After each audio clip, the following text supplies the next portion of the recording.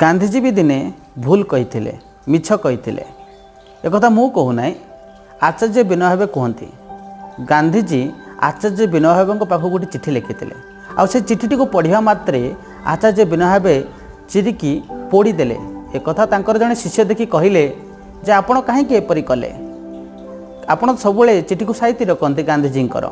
से समय विनोबा भावे कहले गांधी से मिछ कथा लिखी से लिखी जे आपण हूँ सबुठारु श्रेष्ठ और बुद्धिमान लोक